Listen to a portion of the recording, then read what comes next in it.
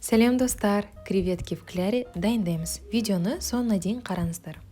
Ең алдымен қайшының көмегімен креветкиді осылай тазалап аламыз. Хвостигі қалады.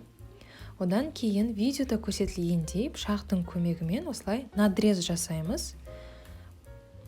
Міне дайын болды. Енді кляр дайындаймыз. Он, ас қопсытқыш, тұз және де суды құйып, жақсылап венчиктің көмегімен араластырамыз.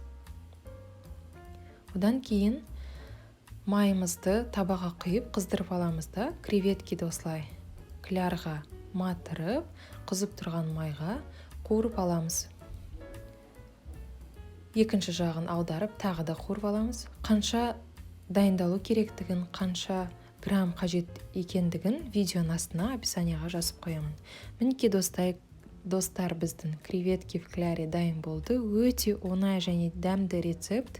Ұнаса лайк басып, каналға тіркелуді ұмытпаңыздар. Астарыңыз дәмді болсын!